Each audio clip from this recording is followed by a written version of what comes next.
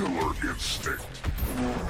What's up, dudes? Max here, and I'm back. I'm joined by Rich, the community manager here at Double Helix, and dude, oh my gosh, at the stuff that we're going to be looking at today.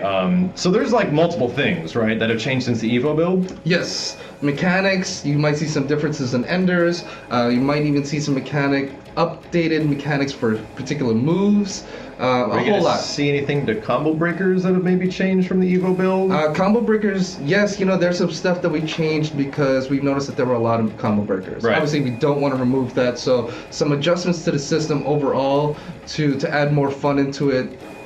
You could still combo break, you still do counter breakers, but you might want to think twice about breaking combos. Gotcha. So there's been some adjustment to the frequency of combo breakers. Yes. If I can say anything to that one meme, the combo breakers are too damn high. Yes. And I am glad to see that you guys are paying attention. So let's rock and roll. And one of the things that what I saw earlier when I had a brief time to play the new build is the stage. Like the stages are able to like stretch seemingly bigger. Is that for every stage now? Yes, for every stage, and a way to pay homage to the old KI games. Remember Thunder Stage where you would go all the way back? Who else did it? Idol Stage did it back in KI1. There's the bridge stages were the ones. Any one of the bridge stages where if you walk back, you'll be able to see kind of a larger scale of the actual background and that applies to all the stages, not just like bridge stages. Okay, so I'll use Chief since he's new, and I like this color. Yes. And I think a cool thing that we could do is also show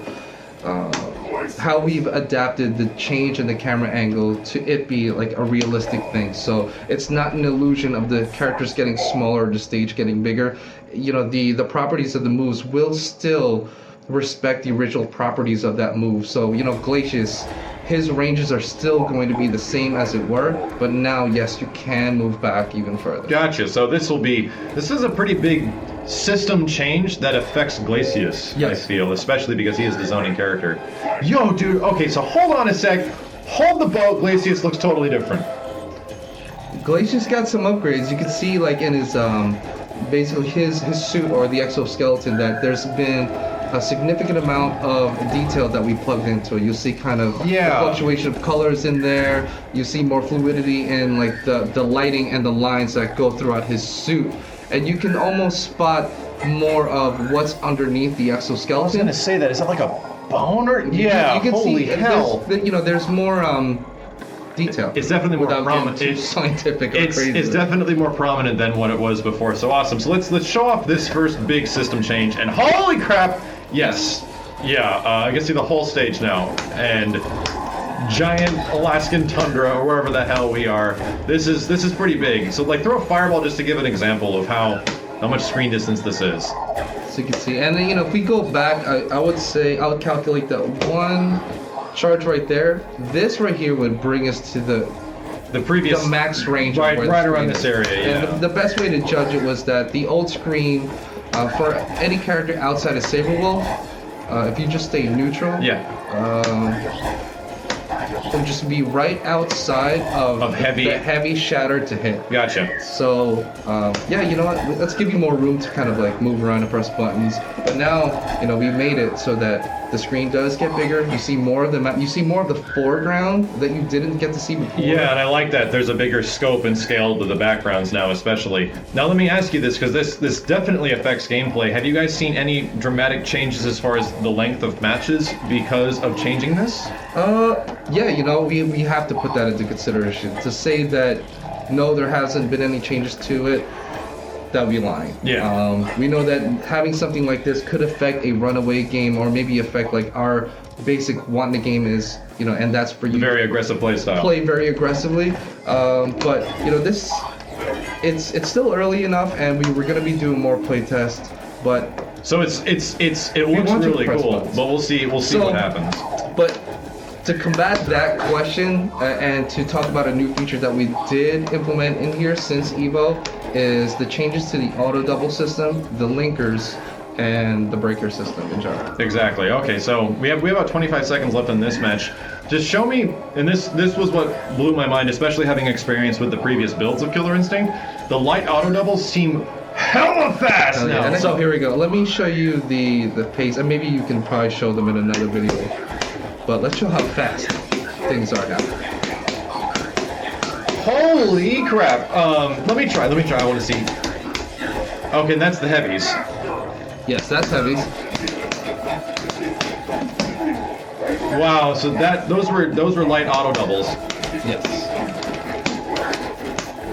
So it's very, very fast. So it's almost like links in a way now. They feel so tight that you have to like hit them immediately. If you don't hit them immediately, you fall out of the combo. I mean, you have to be dedicated to wanting to do the linker after that auto double, since you see that the speed, you know, it's the system itself is very forgiving, but knowing that you're going to be doing something that's going to be harder to break, we want to make sure that you're on point as the aggressor. Okay. So with that in mind, basically the theory that we had is that if we speed up the actual pace of the auto doubles, which turned out to be something reactable, not only by the people here that play the game on a regular, but by people who just spend anywhere from like 10 to 15 minutes playing the game. I mentioned this at Evo. The animations, the way that the hit reactions from the character getting hit, these are things that you can learn see and to scout see and scout. I can break the lights, yeah. So yes, are they reactable? Absolutely, because you can distinguish the animations between the 3 different strengths. But are you fast enough to break it? That's a totally different question. I almost feel like, and from the couple of matches we played with the new build, maybe it's like old Max syndrome. I can't react to lights. I have to guess lights. I can see the first hit in a medium auto double now, and I can see this first hit in a heavy auto double. But with lights, I have to it's just like Yomi. I just have to presume that you're going to be doing something in that situation, just whack at it and hope. And at this point, that seems not as much guaranteed, but a lot more beneficial for the player doing the combo. For like, if you want to be very mixing up all of your auto doubles, it's going to be really hard to try to scout what you're doing if you're being smart with all your doubles now. So it's like we want to implement. Again, I hate to keep stressing on this, but we love the implementation of mind games into the mechanics of the game. So it's like, yeah, auto doubles are the light auto double is going to be the hardest to break. I can start to scout that if I notice that you're going to be doing those things. But this opens a whole new gate for the offender as well, as that heavies are probably going to be the easiest thing to break out of the 3 between the auto doubles. Let me start to feed you heavies. And then start doing lights and counter breaking. So it turns into a point where like we want the decision making to be intricate for the defensor. So that's really the big change to combo breakers now, is that not everything is as easily breakable as it was before, because the speed has generally been increased. Is that kind of across the board for all auto doubles? And that's across the board. Like we noticed the one thing that pointed it out was that Glacius did have a very fast auto double, but it's reactable. And we looked at all the characters across the board and figured, hey, let's give it a shot. Did a couple of focus tests and we love it. Like, I don't know, I'm a fan of seeing that lockout button, because that's just a way for you to say, oh my god, hey, it's scary. You know what I mean? Like, I'm in your head, you have to guess against me. So related to that now, and the other thing, there is a change to damage, right? Like, damage has gone through a different overhaul than the Evo build it feels in this new build, in the Gamescom. Yes, and so there's something brand new that we added in here, and that's it might be hard to tell right now with God mode on, so we can turn that off. Sure. And I can actually show that off in the next match. But yes, we did do a kind of, I guess you could say, system overhaul with what we did, and it's basically around potential damage. Okay. So what you'll begin to see here is that something similar. Yes, I can build up potential damage, but let me walk away. And it's refilling, okay. And you can start to notice that it's going to start to refill.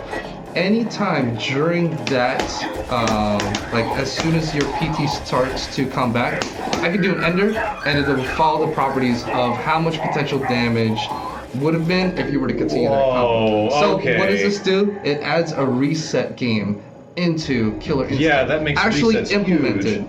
Like, it's actually implemented with in mind that players might like a reset game. They want to be able to throw up these combos, and this makes sense to work with the speed of the auto doubles now. Right. Because let's say a theory could be like, let me build up crazy damage.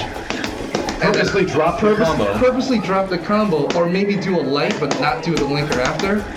So I'll just do. Look. And then you're at advantage because you hit him, but then he's in a situation where he has to choose where to block. Yes. So now it's like I can make him choose where to block. I can throw him, and throwing still keeps the potential damage in there. And then I can end it at any time. Wow, okay, so when you're, once again, and this is the thing that's really different from KI and other fighting games that I've felt, that most of the games are spent in combo, like actually being hit or delivering combos to other characters, and you actually really need to be on point and realizing what's happening in the combo, because that's a whole other game. That's a whole nother game besides spacing each other out and trying to get to the combo. Now you have something different you got to think about, and this now is kind of another layer about things you have to think about, especially, let's be honest, this is kind of a high-level tactic. Like, being able to conserve the potential damage for the next combo and use something like a mix-up, this is some high-level competitive play type of stuff. Like, describing this to somebody that's brand new to the game won't make much sense. It'll probably be hard to take in, but once you start to sell, hey, it's another way for you to accumulate damage on the opponent that you're fighting against. Exactly. And as the system that we have for being able, the basic formulas for accumulating damage or just doing combos in general, it's not the hardest thing in the world, but it's just a cool tidbit, a new way for a player to approach how he wants to play his character, and I think it's cool. And it's something like this, what it's basically doing too is that it's enabling new juggle, I guess, possibilities.